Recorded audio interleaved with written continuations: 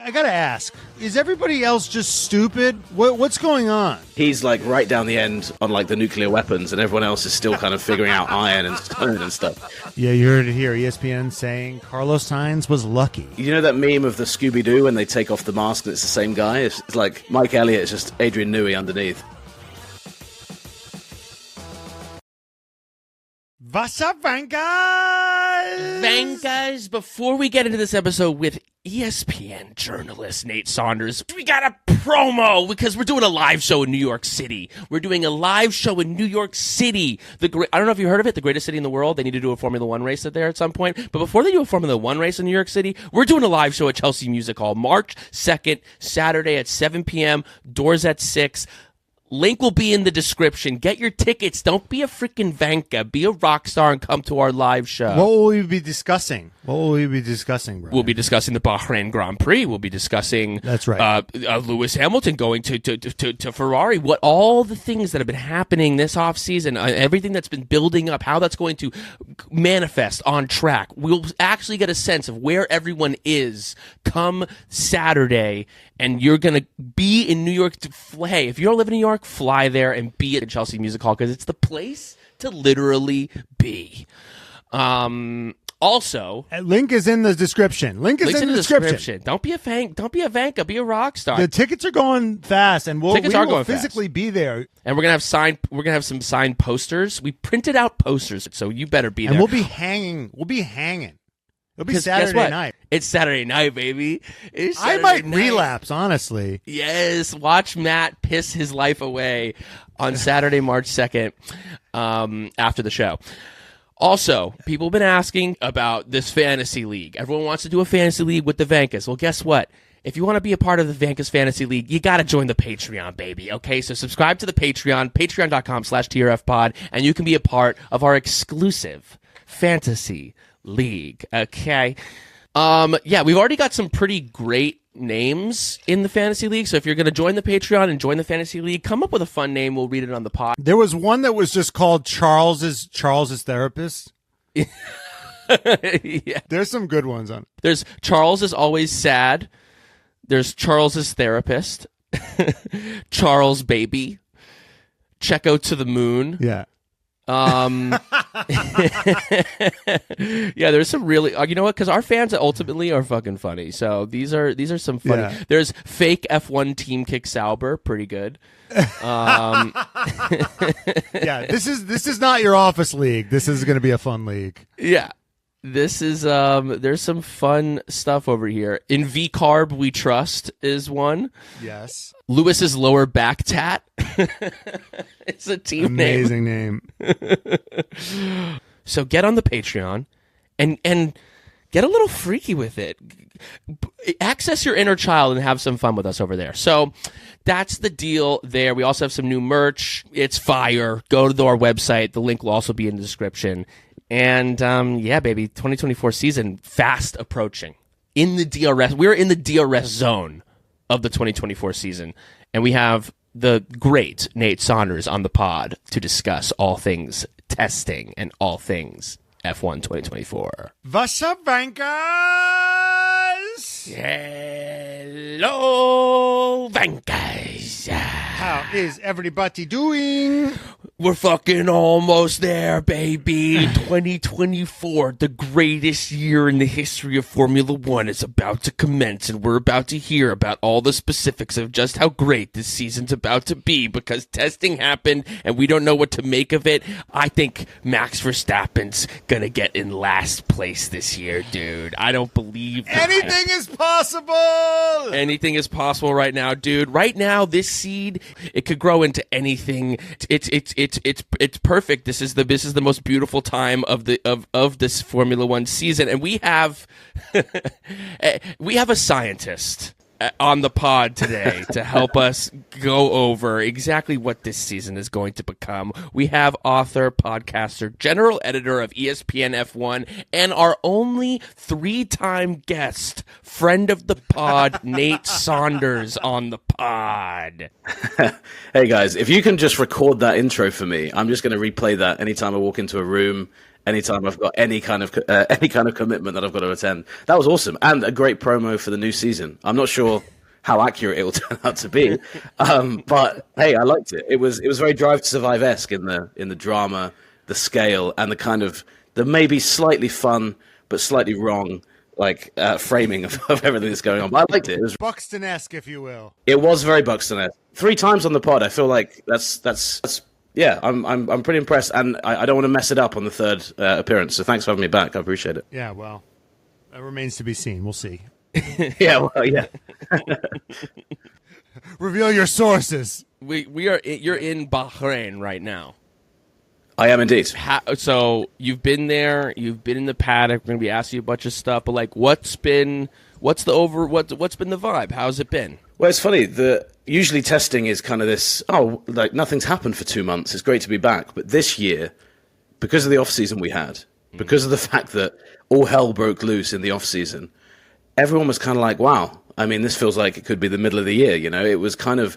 There's been so much to talk about, and usually you get to preseason and you're like, oh, let's start talking about the cars. But there's so much, going on around. Obviously, there's Lewis situation. There's a lot of other situations in the paddock. And so, yeah, it's been like a back to school feel, but it's felt like everyone's spent summer camp with each other already. So, it's kind of a weird one. But yeah, I think from our perspective as well, everyone was hoping to see some cracks in the Red Bull armor. And then day one came along and kind of blew everyone out of the water a little bit. And then as the week went on, we were hoping to see anything in Red Bull's armor, and everyone you spoke to said that wasn't the case. So it wasn't a deflating weekend as such, because I think we know Max and Red Bull are kind of the benchmark, but I was hoping we'd get a day where we're like, this is on, this season is on. I was hoping we'd get a day that would effectively justify the promo you gave me and the season at the start of the show. Right. We haven't had that yet, but it's been fun. It's been a good start. So I got to ask, is everybody else just stupid? What's going on? Because they did the cost cap, they did the wind tunnel stuff. They've hired away countless of their employees. Dan Fallows, McLaren's just stolen tons of these guys. Why are they? Why can't they be killed? What is going on? What is happening here? No, you're spot on. I mean, I think Adrian Newey's already got that legendary status, but this season, if that car is like the step ahead, I feel like he just, I don't know what is above GOAT levels, but you're absolutely spot on. There's so much to get into. You guys are the kings at like introing a question. I love it. I need to learn that for myself. I think honestly, this kind of highlights the problem with Formula One, where you do have all these brilliant people working in it. But until the regulations truly converge and everyone's had a long time working on the same cars, whoever has the advantage is already kind of, if you're on a hike together, Red Bull are kind of taking the same path as some of the other guys. They just happen to be a mile down the road, and so they're speeding through a lot of the processes. Ferrari, McLaren, Aston, Mercedes, those guys spent a lot of last year actually just kind of, rather than developing the car as such, they were trying to find the baseline of the car. They were trying to find, right, we've got everything together. Now we can go in this direction. So I think we've seen that with all those cars. The problem is Red Bull have not only gone down the right road for a few years, Adrian Newey with his enormous, technical brain of his has been like, now we're going to go in this direction. And it's almost like they're like an evolutionary step ahead of everyone else. I don't know if you guys ever played like Age of Empires growing up, but when you went on those research trees and you just basically you'd research the wheel, and then you could make a chariot, and then you could make make chariots with archers. He's like right down the end on like the nuclear weapons, and everyone else is still kind of figuring out iron and stone and stuff. Right. And so like they're speeding through it, but he's just so far down the line that everything he's doing is just quicker and quicker. So it's I think a lot of those guys in those other teams must feel like that. That they're incredibly smart guys. They're not starting at a disadvantage, because that suggests Red Bull kind of had a head start on them. But right now they're kind of fighting an uphill battle to get back. But maybe, and when you're fighting against someone whose cars is being built by Adrian Newey as well, it kind of compounds the problem, I think, like twofold. Is this a natural progression of the car, or is this just like, I mean, it's like a new baseline, it seems like. I mean, the rumors are that they're going for a no side pod concept by Suzuka. Is there like truth to that? What are you hearing on that side of the and what's the Mercedes team feeling about this whole non-side pod development? Because I mean, right, because you were saying that Red Bull was on the right path and everybody else was on the wrong path. But basically, if the zero side pod thing is true, then largely Mercedes was on the right path all along. Red Bull was on a good path, but have now gone on to Mercedes's path and are beating them in their own on the path that they were on. It's a zigzag zag. Yeah, I mean, wherever Mike Elliott is right now, I'd love to talk to him. Yes, just about like that. Does Mike Elliott need to return to Mercedes and start firing everybody? Do you think that meme of the Scooby-Doo when they take off the mask and it's the same guy? It's like Mike Elliott is just Adrian Newey underneath. I don't know. Right. Exactly. So I'm not one of the most technically minded journalists in the paddock. Like I try and keep up, like I have to with my job. But I was sat with a few of the guys in testing, and I asked them some of the guys that really know every dent, every glance of a side pod. They know what it means and what it does. And I said the same thing to them. I said, surely they've just gone zero side pod, and on the surface it looks like that. And I think that a lot of what is underneath the car is still the same concept and philosophy that Red Bull had. They're just packaging things in a much different way. So I'm not sure it's completely them going the Mercedes way. What I think it shows is there's a lot of convergence on these ideas. So you could be 50% right with a concept, but if you haven't got the other 50%, you're nowhere. And I think Mercedes had the germ of an idea there, and it was like, this could work, but the rest of their car just didn't sync up with it. They had the porpoising, etc. But yeah, I was asking the same question. I was like, so are you telling me that Mike Elliott just needed another 2 years? But I think the issue fundamentally was that Red Bull also knew, and this speaks to the genius of Adrian Newey, and to be fair, a lot of the guys that work underneath Newey, is that the worst thing you can do in your head is stand still. And I think everybody just assumed they would just build on the car they had. If you look at the other teams, they've all kind of converged around that design. Right. And Red Bull have said, we need to do something pretty revolutionary to stay ahead. They understand, and I think a lot of people in the paddock actually assume if this concept had been a disaster, it'd be interesting to wonder where, if Red Bull had to come back with the RB19 this year and be like, right, disaster, let's race with last year's car, it might still be fairly competitive. So I think they've got that to, I'm not saying they would fall back on that or that's an actual game plan, but teams have done that in the past. They've said, we've got to go back to last year's car because we've just made a mistake. And yeah, I think Max said on Thursday he saw these plans, these drawings last year that Adrian's been working on. So I think that there's been a really concerted effort to move on and say, this is what we have, and if we can incorporate some of these other bits, then we're going to take that step forward. But yeah, that was what I was asking. I was like, does anyone have Mike Elliott's phone number? Because I want him to design the 2026 cars.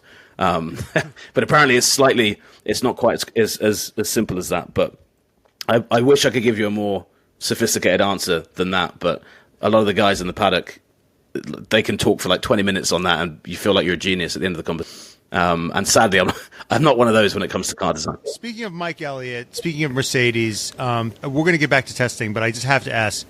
Toto Wolff recently re-signed himself for like a 2-year deal. But I don't know if Mercedes is looking that strong in testing. I don't know if he made the best car this year. We're not sure.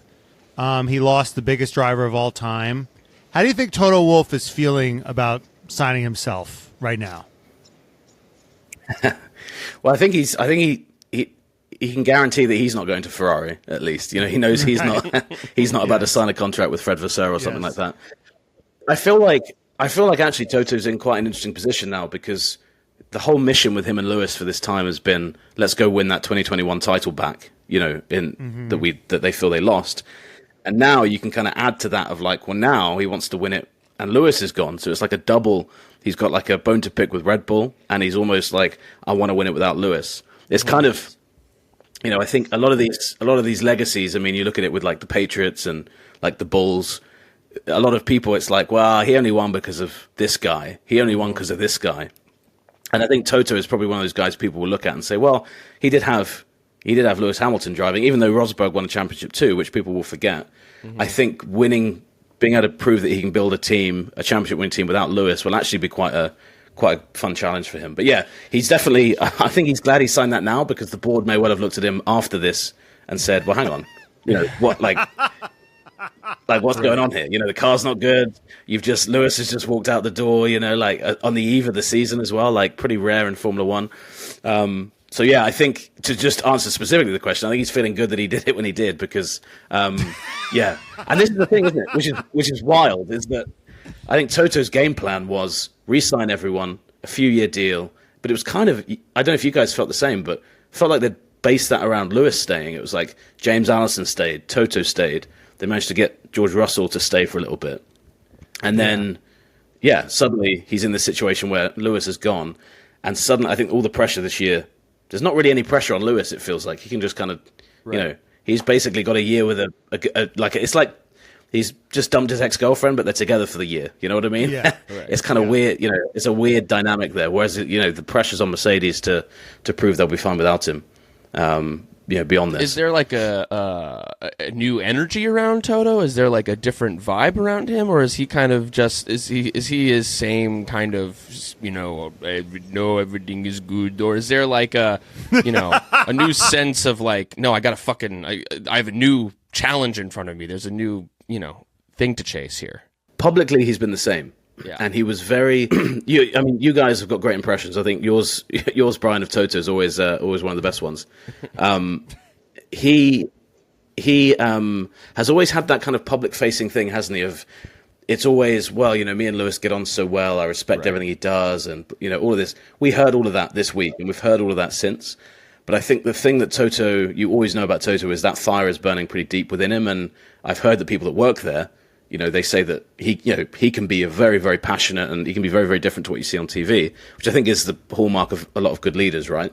So I think he's publicly has been the same, but I think he's probably more motivated coming into this season than he's been for a while, because, as you said with the last question, it's just he's the one who's kind of got the egg on his face at the moment, and whether it's Horner or now it's Fred Vasseur, both of them have kind of got one over on him over the past few years, and that can't be a nice feeling. So yeah, I think we'll see more of that as well. I don't know if you guys feel the same, but I feel like the more into the season we get, if there's any contentious moment where Lewis wants a better strategy or something, that nice friendly Toto that we get towards Lewis, I think we're going to see that kind of shift around a bit, and I'm actually kind of excited to see it, because we haven't seen it for a long time. So how is George feeling about all this? Is he feeling excellent? Have you noticed an extra pep in his step? A little bit, I've got to say. Yeah, there's something there, I think. And I think this is the moment George has been waiting for a while. He's like, I'm the big dog at this team. I want to be the big dog at this team. Right. I want to lead it. And every driver thinks they're better than the guy next to them, don't they, in the same car? And Russell, I think he's been okay against Lewis, but he's not like comprehensively beaten him. Yeah. So I think he's coming to this year now, and he's like, and also, if you're George Russell now, you're in a situation where if Mercedes is able to kind of get itself back into the mix, you can basically play the trump card in every. You're like, well, I've got to get the better strategy, guys. I'm the guy staying around. Yeah. I'm the guy who's here. Like, oh, we've got one wing, have we? One new front wing? Like, well, that should go to me.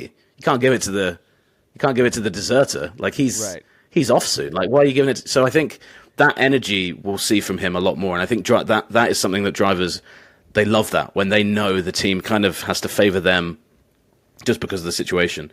And favor is always the wrong word, because, like, genuinely, I think Mercedes, if they're in a winning situation, they're going to try and win the race.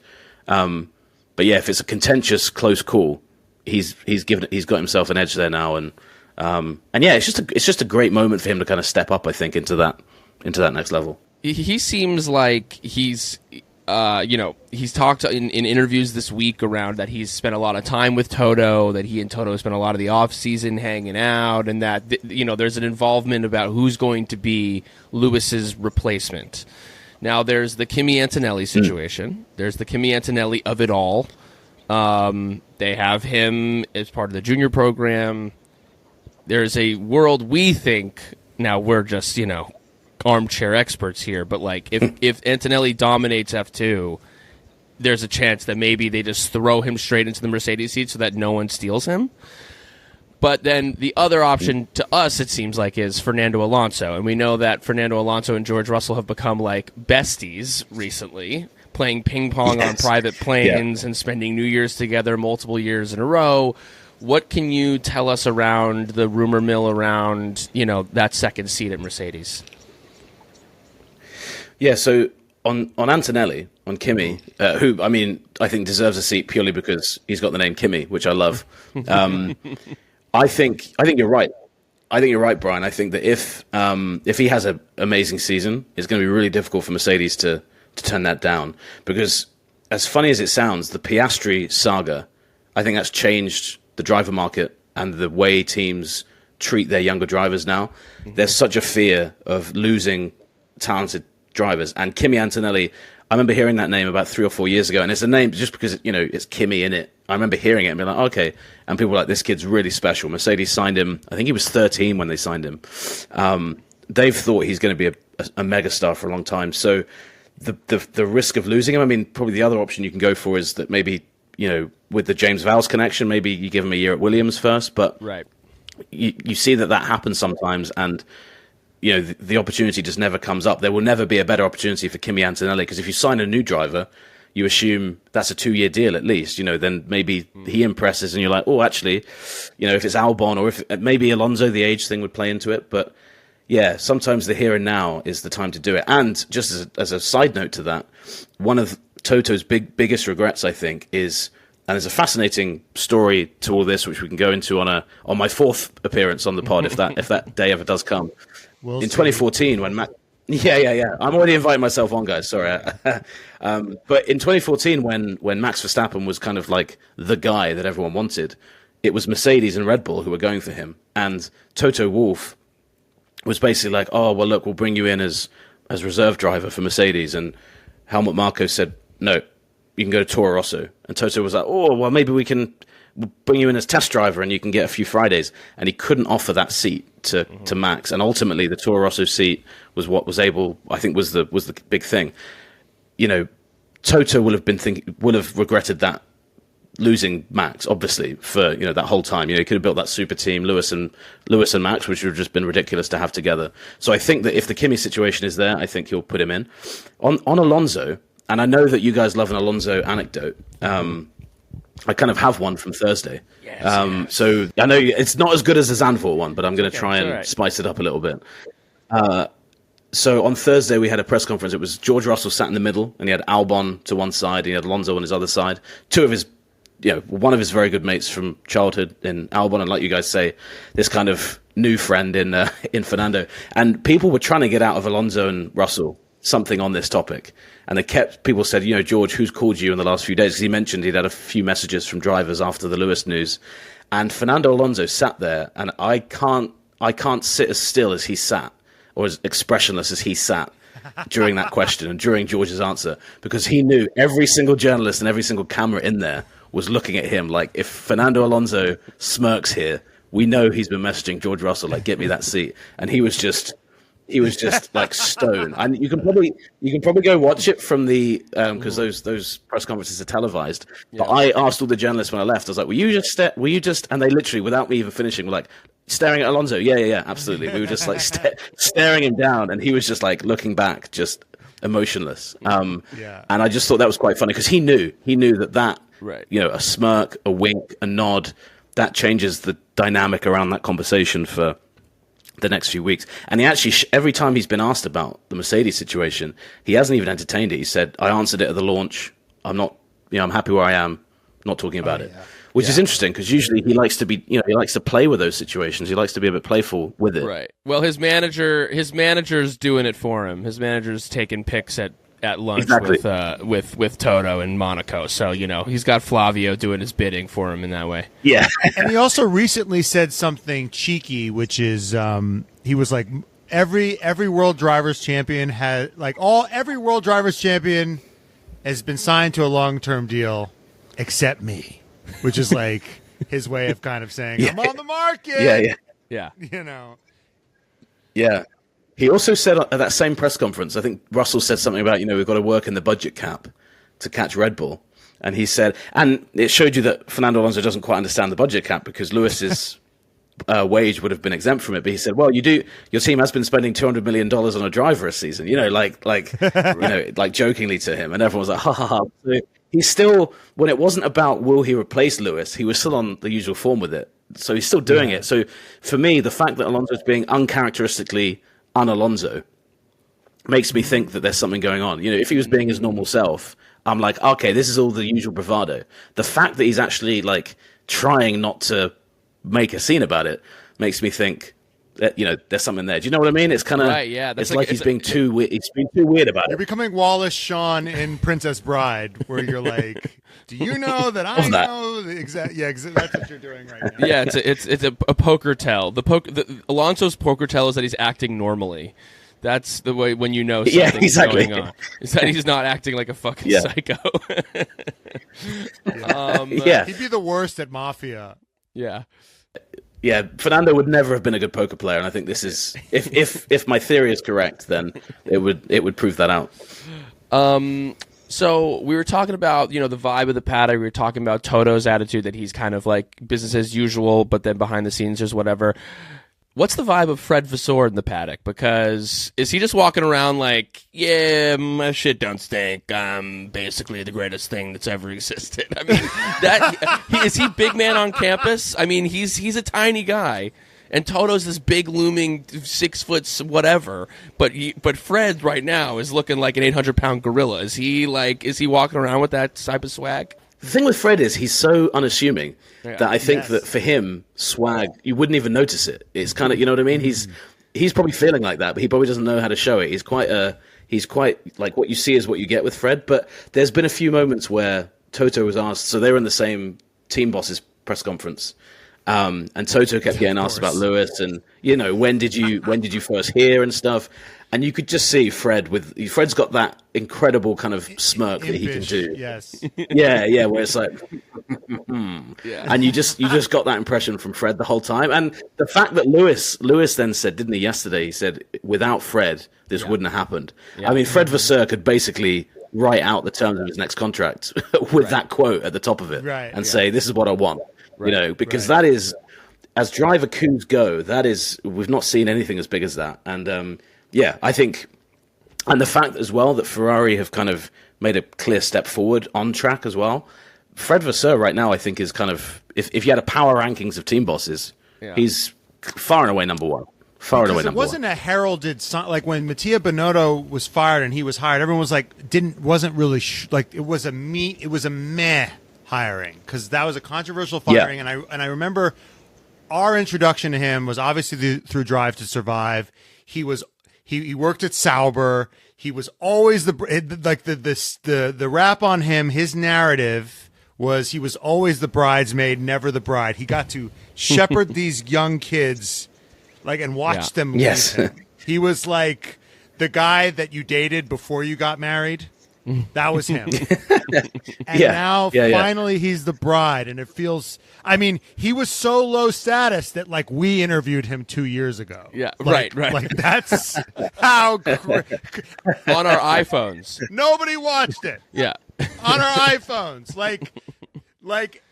That's how little people gave a fuck about him. And now it's crazy to see. Well, I've got a story on that from I won't name the driver just because it sounds like a dick move on their part. But in Vegas, there was this giant sign on the walk into the paddock from I forget the name of the hotel, but it was like Thursday night Q&A with Fred Vasseur, and I was chatting to this driver, and we were just talking about it. The fact that I said, I think it was something like, I'm staying at this place, and I was like, oh, are you by that giant place where Fred? He was like, yeah, you mean the can't miss event, Fred Vasseur Q&A. And he was kidding, but he was like, man, can you imagine being at that? And I was like, yeah, I mean, it's I wouldn't go to it myself, but now I'd be like, I bloody would want to go to that. That sounds, the guy I think is low key. He's got that kind of Game of Thrones kind of don't underestimate this character kind of vibe to him, you know what I mean? A character that is kind of there in season 1, 2, 3, 4, and then in 5 suddenly it's like, oh, he's actually ruler of the 5 kingdoms, and he's just going to kill everyone around him, and everyone you thought was the main character is actually just going to be under the foot of Fred Vasseur for the rest of the series. Nate, have you ever shaken his hand? I don't know. I think I have once. But has he got a particularly weak handshake, or is it a strong No, handshake? he almost broke my hand. Yeah. Yeah, it was. I was like, holy shit. Nate, can you rank handshakes? Well, I was going to say Lewis's handshake. Lewis's handshake is similar. So Lewis, when I think it was my first race in the paddock, was Sochi, or my second race actually, Sochi 2016. I was part of a round table with Lewis, and he hadn't met me before, and two other journalists, so we kind of shook our hands. And he shook my hand so hard, I like looked at the other two, and I was like, I was like, and for the rest of the interview, I was like, that was the hardest. Like, it wasn't like mean. It was just I hadn't expected it from an F1 driver, and it just was so. And he like looked at like clamped on and looked at me like straight in the eyes, and I was like, oh wow, okay. Drivers tend to have pretty good handshakes. I don't know whether it's just because the nature of you've kind of got to put that look on, haven't you? Of always being kind of, I don't know if it's a macho thing. I don't know if it's kind of a, like, if I'm meeting Fred Vasseur, if I am meeting the president of Ferrari, you want to have a good handshake, because a lot of people, they remember, like you said there, like Matt, they remember the handshake, don't they, before anything else. So I'm trying to think if there's been any particularly bad ones. I can't think of it. So that probably speaks to the fact there aren't any super bad handshakes in Formula One. I feel like Lance Stroll would give a disinterested handshake. Yeah, I'm sure. I feel like Lance Stroll would kind of give a weak handshake. He wouldn't maybe look. He'd look you in the eye for like a second. He's like, "All right, can I go snowboarding so I can be happy, please?" Yeah, can I get out of here? I feel like George Russell would kind of pull you. I feel like George Russell, he's so long. He would do the Trump pull. He would do the Trump pull. Yeah, like the pull in and out. The yank. Yeah. I'm trying to think if they're like, I feel like out of all of them, I don't think I've shaken Max's hand. I'd love to know what Max's handshake is like, because I feel like it'd just be like, yeah, cool, what are you doing? Like, I don't think of all the people who wouldn't care about what their handshake is like. Right. I feel like Max is that guy. He just wouldn't. I don't think it would be a good handshake. Yeah. No, and he wouldn't care. Like, he's not going to be like, oh, that, you know.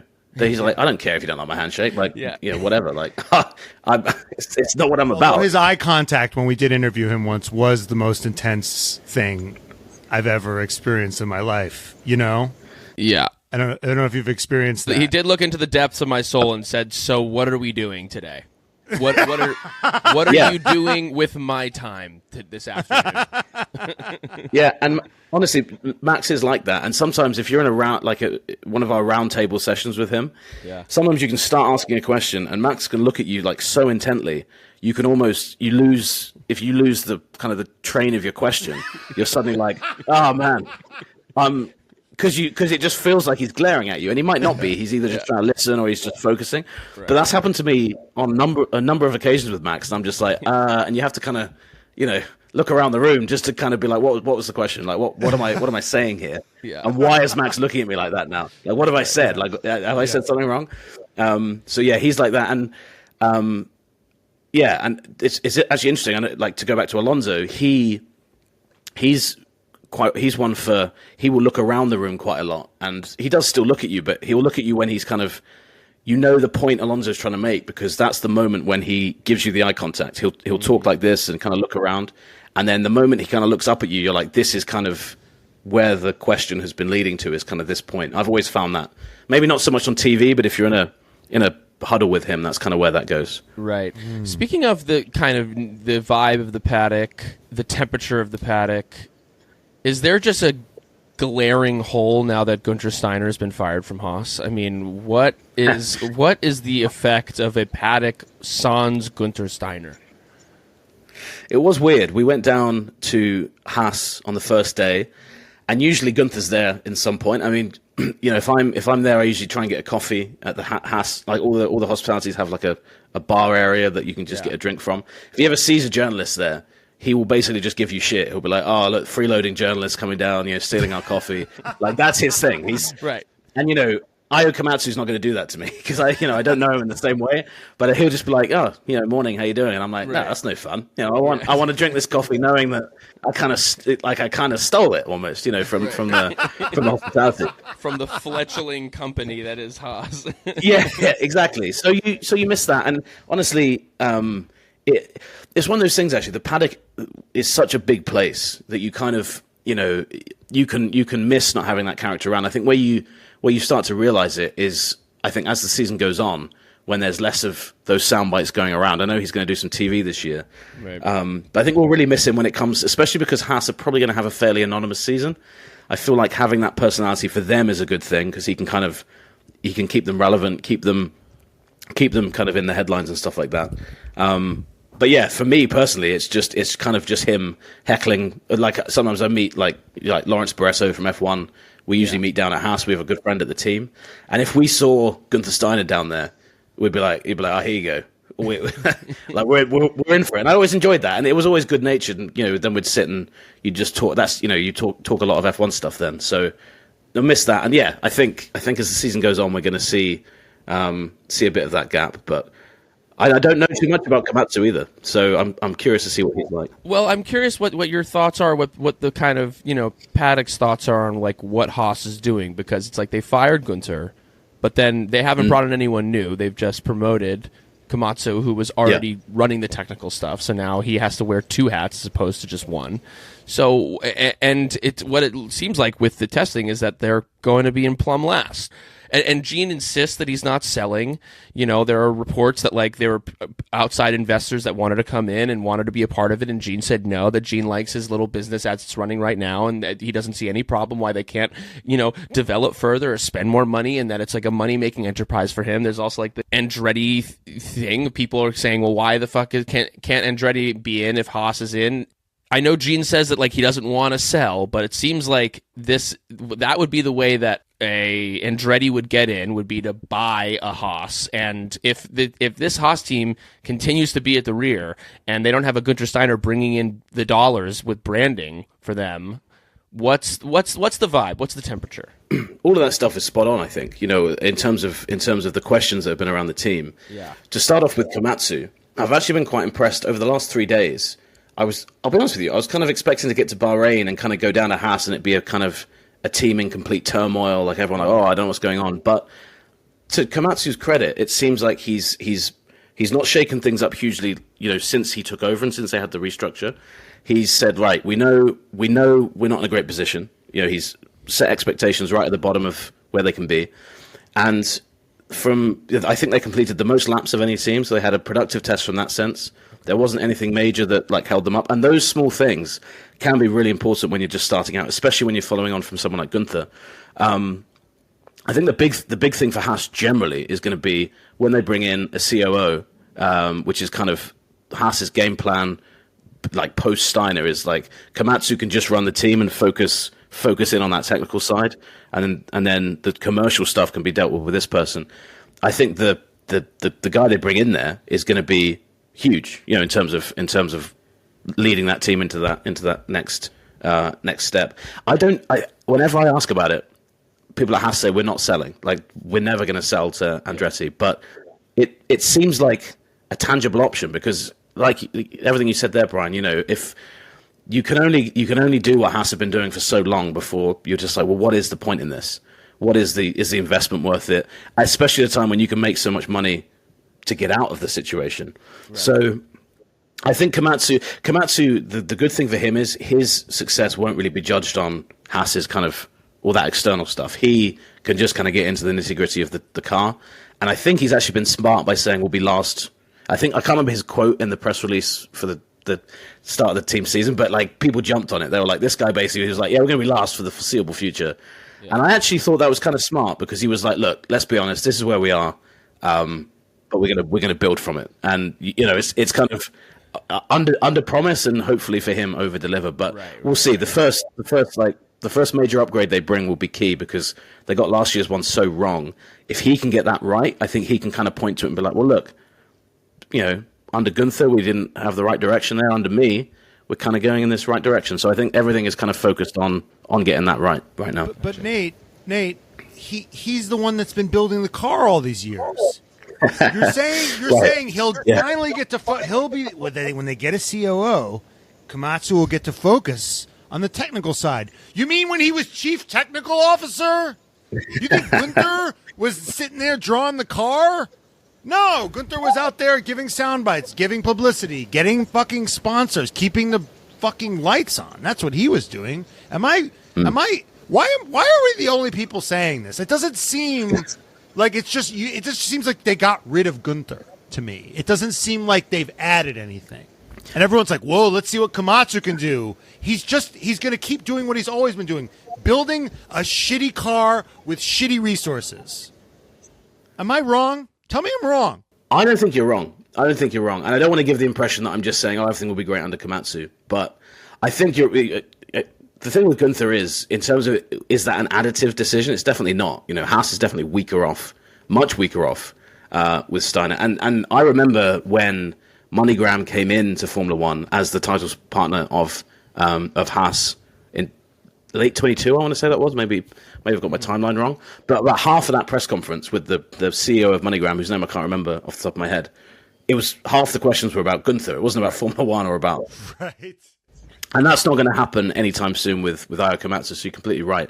I think that what the feeling within some people within the team has been is that ultimately Komatsu has been, like Steiner has been hampered by the budget, the realities of that. And I think Komatsu and Steiner would clash on a lot of things. Steiner was like, well, why can't we go in this direction? Why is this upgrade not working? And Komatsu's issues are issues that Steiner was having with finances. But you guys know how it is when you're an employee. You think you're the only one having problems. Your boss is there like, well, I'm having the same problems as you. Right. I'm actually having to deal with it above. So I've always tried to give Komatsu the benefit of the doubt, because I think fundamentally the issue with Haas isn't Komatsu, it isn't Steiner. I think it's the investment that's coming down. And I think both Komatsu and Steiner struggle with that. So that's more the point I'm making. I think that ultimately Komatsu is probably going to struggle to succeed because Gene Haas has already said, I don't want to invest more money in the team. Right. And that wasn't going to change with Steiner there. It's not going to change with Komatsu there. This COO might come in and say, the terms of me joining are you have to bring in some investment. Like Gene might change his mind and be like, okay, well, I'll do a bit. And that, I think, so that's why I mean that hire, I think, will be more important to Haas's long-term future than anything that Komatsu does. Because I think for the next 2 years, Haas will be at the back of the pack. Like they're not going to leap forward anytime soon. Like that is the role that they're in right now. But the kind of the fight for their future isn't going to involve Komatsu. And yeah, the car may well be bad again, but and I think you're right. I don't want to be a Komatsu apologist here if I'm coming across like that, because ultimately, you are judged on those things. But I just feel like everyone at that team is kind of fighting with one hand behind their back in terms of actually trying to make any progress. It's not really a slight against Komatsu. It's just like he's not going to do any different than he has been doing before, which is building a. I beat this to death, and I just think that. Short of hiring Taylor Swift as COO, they're not going to do better for a figurehead and for sponsorships than Guenther Steiner. They're just not. Anyway, let's get back a little bit into like what happened on track this week. You said, like Haas did get like the most, as more laps than any other team. They were able to kind of like do that race pace kind of thing. Who did well this week? Who struggled this week?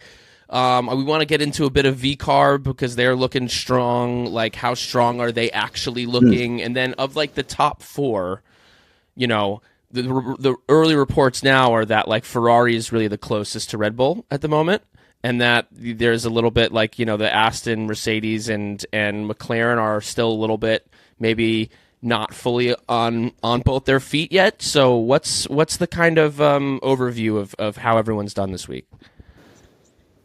Yeah, I think that's about right. I think the consensus for me, of people I spoke to, was Red Bull out in front. Ferrari looks like the strongest of that chasing pack. And then it's hard to place McLaren, Mercedes, and Aston. You talk to different people, they might put those guys in a different order.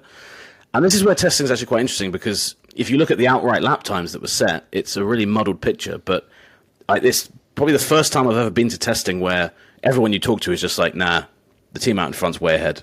And you're like, okay, I can't really see it. Even when you look into the race sims, you're like, okay, it looks fairly similar to Ferrari. Like, and a lot of people say, well, it was Perez, it was a different time of day. The big thing for Ferrari, and I think this is where, if there's any shred of hope for the season, is that clearly, while neither Charles Leclerc or Carlos Sainz look like two guys who are gearing up for a world championship fight, you can tell when a driver thinks like, I can win the championship this year. Neither of those guys gave me that vibe. But they have both said the car is much easier to drive this year than it was last year. And they spent so long last year complaining about the way that car behaved. And, to put that just into the most simple terms possible, if you're struggling to drive the car, you're having to set up the car around that. You can't keep adding downforce to the car because the driver's like, well, I can't drive the thing anyway. We can't improve the car too much because it's going to take it further away from me. So the fact that their feedback was the car's quick and much, much easier to drive, all the complaints we had last year are gone. That's why Ferrari seemed to be in a really strong position relative to those other 3 cars in that chasing pack. I think the first few races will tell us really, are they just leading that pack, or are they actually kind of closer to Red Bull than maybe we thought? I hope they are. But honestly, everyone you spoke to were just like, no, Red Bull out in front. Fernando said, there's me and 18 other guys. No, we're not going to win the championship this year, which was, which may be just Fernando being dramatic, but it did feel like that, leaving like, okay, it's just another Max year. And I think most people I spoke to kind of said, if anyone's going to challenge this year in a meaningful way, then it will be Ferrari. So, touch wood, that is the case. And then who do you think, if you had to gun to your head, who do you think's after Ferrari? Honestly,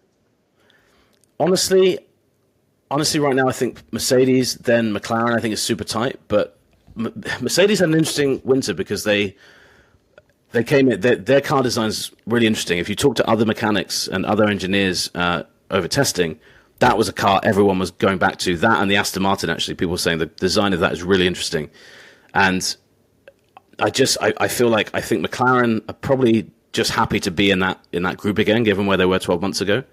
And yeah, from I think the ESPN rankings piece we're putting up tomorrow has McLaren third. So I'm gonna stick to the company line. But that's purely, I think that the thing with that group is going to be a driver mistake, a slight mistake with your tire strategy, a slight whatever it is could knock you from challenge of a third or second on the grid right down to about 8th or 9th. It could be that tight in that group that choosing it is literally just like you could even rearrange. You could even put Ferrari down there and move the other guys up, and it might be accurate. That was the vibe you got, was separating those teams is next to impossible because they could literally all be on exactly the same performance level, which is quite rare actually that happens with 2 teams, let alone with 3 or 4. So I would stick Mercedes above, but it's like a 60-40 thing for me. It could be McLaren, and you could make that argument pretty easily. All right, the fans want to know. I want to know. I gotta ask you about this. It's slightly rhetorical, but when someone hits a manhole cover in Vegas, it's unforgivable, inexcusable, the worst thing that's ever happened. Pearl clutching. How horrible is this that Carlos Sainz had one misfortune in his lucky ass life, but Leclerc hits a manhole cover. This is why we don't do street races. Street races are bullshit. We need to be at purpose-built tracks where drain covers don't come loose. Yes, and then poor Charles Leclerc, who's had nothing but fucking storm clouds over him for his entire fucking life, runs over a manhole cover in Bahrain, and nobody says fucking dick. No, well, it happens sometimes. What? Can you explain that to me? Can you explain why it happens in Vegas and everyone's like, "Bah." And by the way, that's their first time doing this thing. Whereas Bahrain, they've been going there for years. They should have tightened everything up, ironed out all the kinks, and this shit fucking happens. And can you explain that to me? Can you explain why Toto has to fucking defend the Vegas GP with his life? And Bahrain, they're like, shit happens. Can you explain that to me? I love this. That is the clip you've got to put out just for the Vegas GP guys will love that. I think. Yeah, no, your response is gonna be cut from this. That's all that we needed. Yeah. You guys can cut it. That's the box office. That's the box office. Yeah. Honestly, I think that's a fair point, and I think that it speaks to I think there is a narrative, isn't there? Whenever something is a big hyped event, whether it's a team, whether it's like, this is going to be the greatest thing that you've ever seen, as soon as there's like a pimple that you can find on it, you're like, this is the worst thing I've ever seen. Like, this is terrible. And Vegas felt like that to a lot of people. It felt like, Formula One was like building this as the greatest race that has ever happened. And it was. Yeah. It was the best race of last year, without a doubt. And actually, as a spectacle, was pretty amazing. Easily, like in a different league to the rest. That's just journalistically true. Yeah, and like I've got to, being there on the ground in Vegas, I kind of got sucked up in that. I was like, well, how's this happened? Like, this is meant to be the greatest circuit that we've ever seen built. And the problem when you come to Bahrain is you've got a test event effectively. I think if that happened next week, or if it does happen next week on Friday practice. It happened in Vegas in free practice. We're talking about practice here. We're talking about practice. No, it happened on fucking Thursday. Can I just say it's so fucking Nate, I know you're of this ilk, but it's so fucking British to just want to see someone trying. And see someone putting in effort into something and just being like, nah, gotta knock you down a few pegs. Honestly, the British side of it, I think you might well be onto something, because when I spoke to people in F1 after that, they said the British media were going crazy on that. The Dutch journalists in Vegas were like, it's a loose cover, dude. Like, it's exactly what you're saying, man. They're like, it happens. Like, it's a street circuit. What are you expecting? Everything to be fine? Like, and the Dutch just being very Dutch about everything, just being like, whatever. Like, as long as the race is cool. Whereas, so I think there was a lot of that, and because it was the big shiny new race. It was like the bigger, there's a lot of, I think in the British press especially, and generally there's that European vibe of like, well, we don't want too many races in America. It was just an easy opportunity to kind of hit Vegas with. So that came out. Was Bahrain as well? Like, it's kind of like you've got this almost endless day of testing, and you're like, oh, okay, there's not we're not going to run for an hour, and then they just remove the lunch break, and it's like I think they lost about 30 minutes cumulatively. I might be wrong. So still a real pain in the ass for the teams and the drivers. But just if you're looking at it from a story point of view, nowhere near as sexy. Preseason testing slightly delayed by like 5% of the allotted time because of a drain cover versus the race no one stopped talking about for 9 months is potentially curtailed by a drain. And then the thing with Vegas was they then had that follow up with the fans, which I think really is what everyone hinged on. It was like, come on, like they're already spending a ton of money on this race, and you can't even refund people.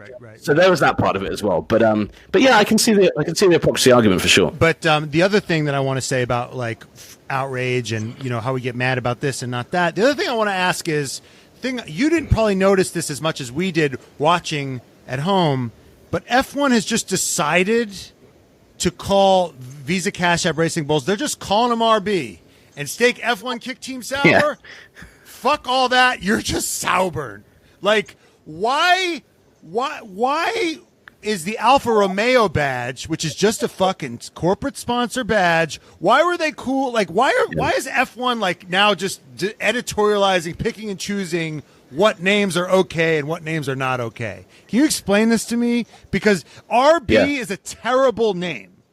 I would rather be V-Car because they say, oh, those RBs look quick. And I'm like, what are you talking about? Are you talking about the Red Bull? Or are you talking about like they think they thought they did something? You know what I mean?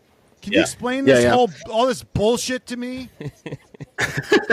Well, yeah. So we've had the same style guide at ESPN. We'll be calling, and this is where this is funny to a lot of people. We will be calling steak Sauber. So you'll see that on the website this year, and you'll see RB. Now we've had a lot of discussions about that for that exact reason. And I agree with this logic. When Alfa Romeo came and they bought the team, everything was called Alfa Romeo. The car chassis was called the C whatever, which has always been what Sauber's called, but everything else was called Alfa Romeo. So it wasn't actually Alfa Romeo Sauber. If you looked at it, it was just everything's Alfa Romeo. The Sauber was the company name, so like the kind of the legal entity of the team was still Sauber, but that's not anywhere on the entry list. If you look at where VCarb is, where Visa Cash App are, they left that RB in there, and that is kind of the chassis name, the team name. But we had a bunch of conversations about this, and we were like, well, whatever we're calling it, people are going to hate it. I think, and the interesting thing is as well, I think people at Visa and Cash App are pretty upset about that as well, because I think they've come in one of the biggest deals in Formula One right now in terms of that kind of partnership. So for everyone, especially for the main broadcaster and the broadcaster that we use at ESPN for the US feed, are just saying RB all the time. I think that's pissed them off. Honestly, I think people are a bit upset about that. But another reason with Alfa Romeo that I think fans have found it easy to stomach is Alfa Romeo is a car brand. They didn't make the car. No, true. True, but I think in terms of fans stomaching it, right, I think it's just easy. Did Benetton make the fucking car, Nate? No, they didn't make the car. No, they didn't. That's true. Actually, the Benetton one, that's a good comparison. I need to go and look at that one because that was Renault, and then it became, who did it become after that? It went back to being Renault again, didn't it?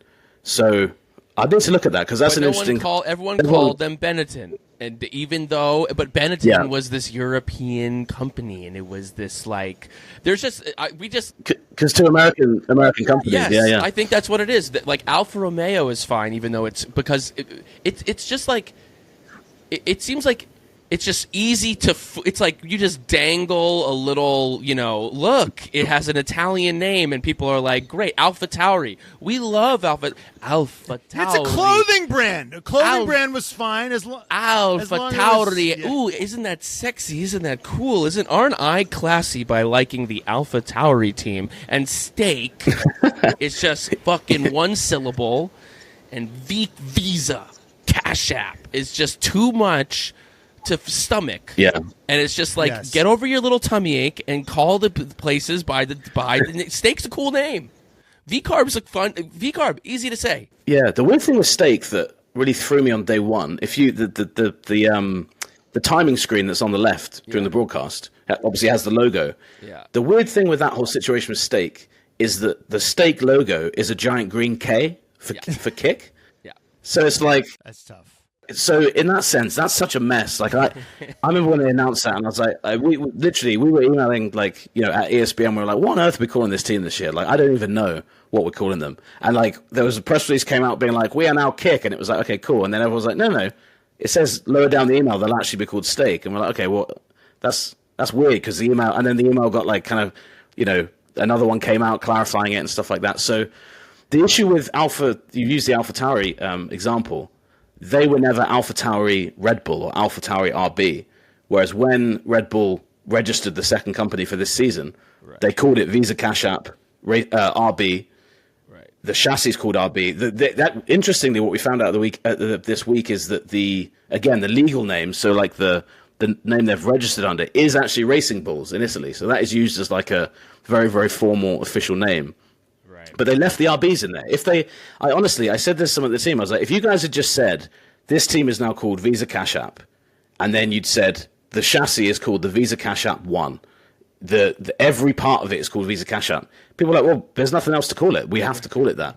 So they left the RB in there, and I think that it's just given everyone to be like, all right, well, that's the team name. And it is officially on the entry list as that. So that's what we followed. But wait a minute. I'm just so pissed off. No. But like Mercedes has and they're just called Mercedes, but Mercedes has a number of different names and those whatever. It's not like you're called Petronas gets left out all the time, and all those other names get left out all the time. So it's not really a consistent argument. That's what I mean about Alfa Romeo, because they bought the entire their deals. Sauber said, yeah, we'll just get rid of Sauber for whatever it was, 4 seasons. Whereas Kick and Steak have kind of come in, and Sauber are like, all right, we'll put the team name back in because they're going to be it's going to be Audi. Sauber's going to be involved in that in some way. So I completely agree with you, and it's such a mess. And my big thing with this was that I'm really amazed that Formula One didn't clarify this, ahead of time. Yeah, we just find it to be like it's fucking smoke and mirrors, and people are like fine with one. It's just that I think that people just don't like the vibe of how kind of front facing and cash like grab is. Maybe and cash grabby it feels, because like Alfa Romeo was a cash grab, but it didn't feel like one because it's Alfa Romeo. But then Alfa Romeo, the car company, is taking credit for a car that they didn't fucking build with any Alfa Romeo resources. They just threw a fucking label on it, and then Sauber did the rest. So, but that digested well with, the Formula One fandom, whereas like Steak and Visa Cash App don't, because they're just like names that they don't like. So there's just something that feels kind of, fucking hypocritical about like not understanding what this thing like has always been, and you're just choosing now to like see what you've been eating. You've been eating this shit for your entire life being a Formula One fan, and now you're like looking down at what you're eating and be like, I don't like that it's green. And it's like, all right, well, shut the fuck up, because it's been green the whole time. They just put food coloring on it, so shut your fucking mouth. Yeah. That's how we feel. So yesterday went down to VCarb, RB, Visa Cash App, whatever we want to call them, and spoke to Peter Bayer, who's the new CEO there. Right. And actually, the questions that were being, because we asked him ad nauseum about the name. We were like, could you guys have avoided some of the confusion, etc. And they totally get that, like, there could have been better ways of signaling it. But I think the thing that will be interesting is for them, I think that the biggest thing will be Red Bull. Everyone knows what Red Bull's kind of heritage is when it comes to participating in sports. They've got that kind of that cool vibe to racing, extreme sports, whatever it is. That took them years to cultivate. Right. Visa and Cash App currently don't have that, and I think that as soon as they're able to kind of imprint what that means to the team in terms of, I think they're gonna try and lean a lot more into kind of like, I'm sure you guys saw videos of their launch. Like, it was glitzy, it was big, it was American, I think there's gonna be a lot more of that this year, and I think that the more people see of that, the easier it's gonna be for people to digest it. And also, I've got to say, I think they've got the two best drivers for doing that. Because Ricardo and Tsunoda, I thought it was going to be like, haha, isn't the name really silly? But both of them have been like, no, like this is VCarb, like this is Visa and Cash App. Right. We're going to go forward with those guys. So I actually think by the end of the year, the VCarb thing may have caught on. It might not have caught on Sky or on ESPN, but ultimately, like if fans are calling it that, then ultimately that's what it will be known as, I think. They're also going to need to figure out what to call them, because it seems like, I don't know. It seems like they're going to be fucking good. Like, are we going to get a Yuki Tsunoda or a Daniel Ricciardo podium this year? Because we're bullish on that. That's going to happen this year. They look like, so I mentioned that chasing pack of those four teams. RB look like I'll call them VCarb for the rest of the pod. I'm just used to it from all of our programming this year. I think VCarb are right behind that. I think there might be a bit of a gap between, that top, obviously Red Bull, that next four, and then RB. But in that chasing pack, I think RB are right there. And honestly, the better they get, the more Zach Brown is going to talk about that partnership. So that's just going to run and run and run. But that is moving away from the name itself. Yeah, that's why that partnership is so big, because finally the team has this. It feels like it might not. This is what I said to somebody recently, and I think this is actually what the team should lean into for now. It might not have a clear identity right now because it's this new amalgamation of names and no one's sure what to call it, but it has a purpose that it may not have had in previous years. Previously, it was the junior team. It was like, all right, well, all the drivers there, they'll just end up at Red Bull, or they'll just be shunted out by Marco and we'll never see them again. They've at least now got a purpose, and if the identity can come pretty quickly with that, then I think they'll be pretty good. But I think that they've brought in Laura Mekis, who's great, and they've got two good drivers. They're moving bits of the operation around, obviously around what Red Bull are doing. So I think they're going to be like this, if you're doing surprise package, given where they were last year and where they will be this year. Podiums might be over the top. I'd love to see Tsunoda on the podium. I don't know what the F1 Twitter sphere would do when that happens. I feel like people just lose their minds. But and he had a great season last year. I don't know if you guys feel like Yuki's season last year was like one of the most underrated seasons we've ever seen, because there was so much happening in the car next to him with his teammates. Right. All the focus was on De Vries, Ricciardo, Lawson, but Yuki nailed it all year. So I think they're in a really good spot, and I think they'll be.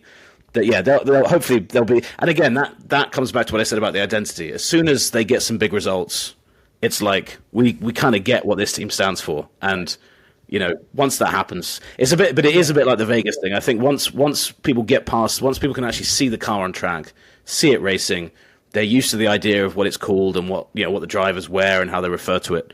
It'll catch on. I think it's just been because it's happened in the off season. It's people just haven't really had a chance to let it percolate properly. You mentioned Zach Brown was having some feels about this V car. He seems to have a special place in his heart for the Red Bull Junior team, and he seems to be. Ever since Christian Horner didn't really need to nip at ankles, it seems like Zach Brown is the new ankle, the new rabble rouser, the new, hey, have we taken a look at this guy? What's this going on?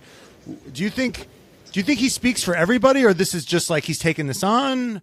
Because he seems to be the guy that, like, he seems to have a bone to pick with a team that's below him, and also a team that's so far above him. It's not like he's Toto Wolff, who's constantly clashing with Red Bull here. I'm trying to understand, like, where he thinks he fits in all this, or maybe he's speaking for everybody. I don't know if you could shed some light on that.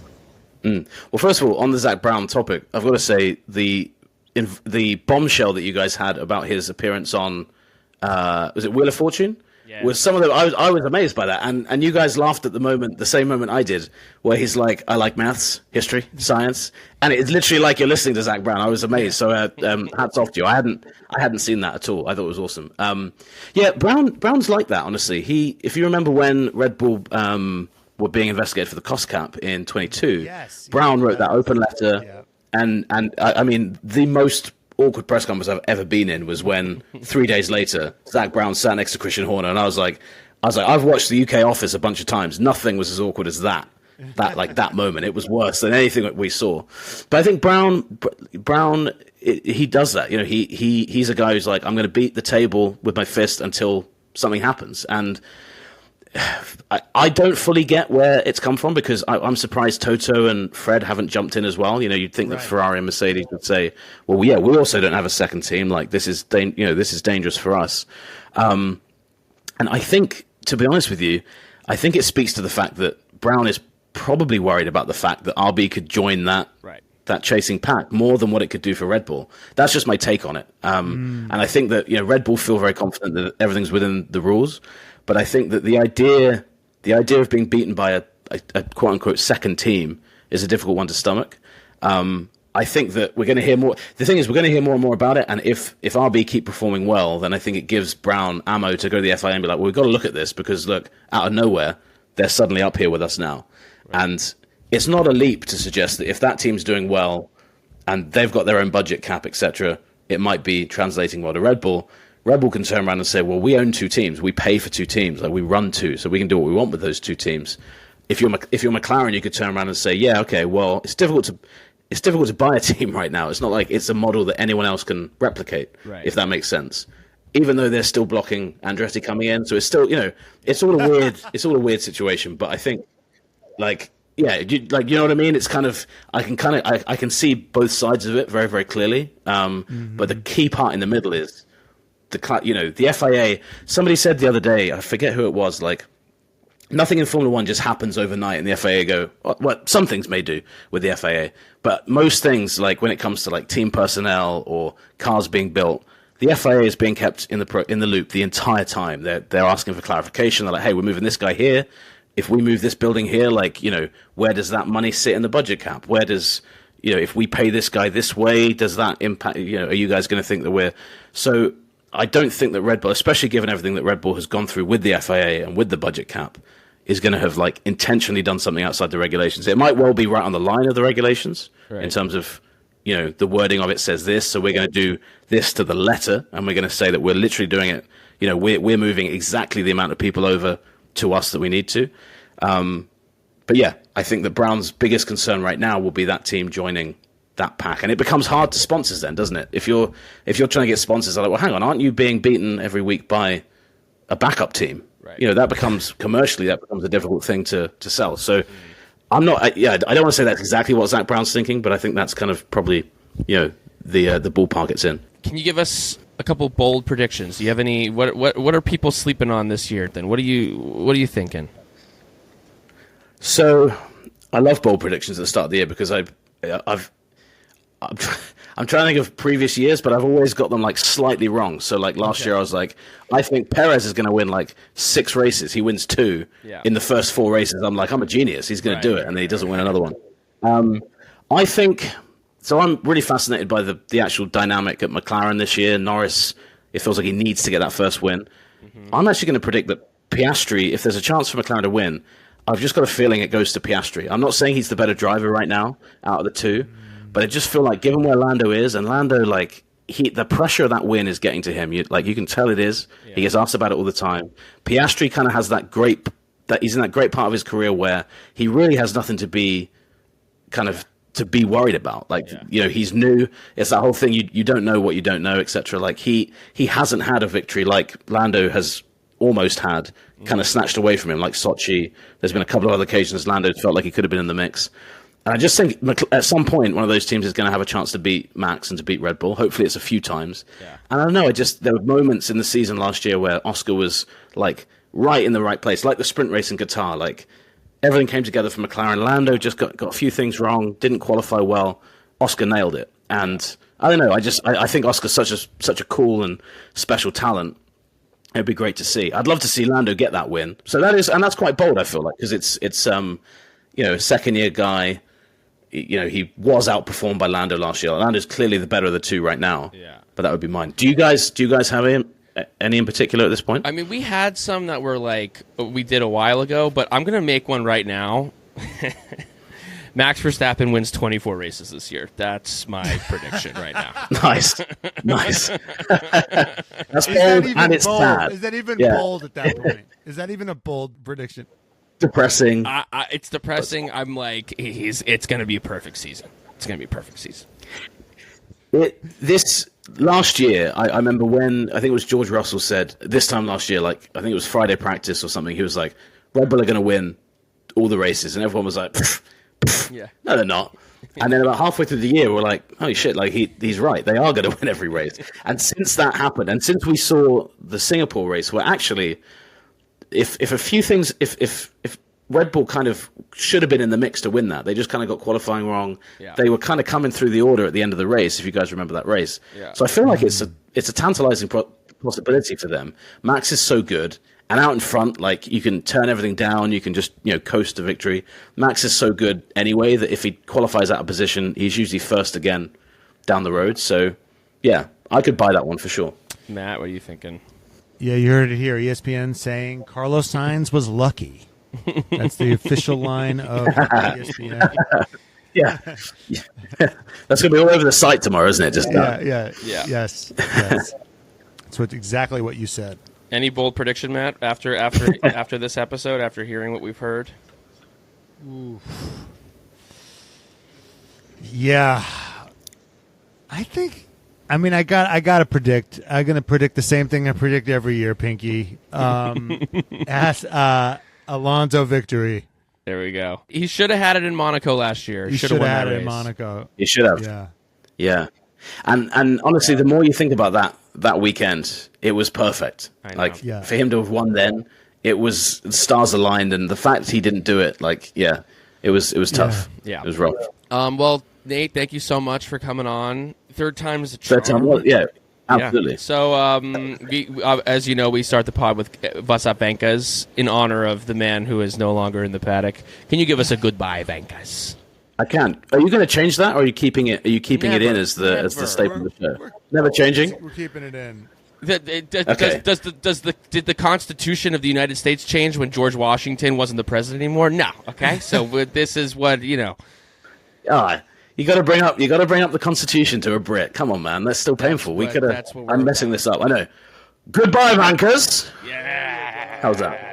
Goodbye, Vankers. Slight English twang to it as well. So that was great. What more could you want? That was fantastic.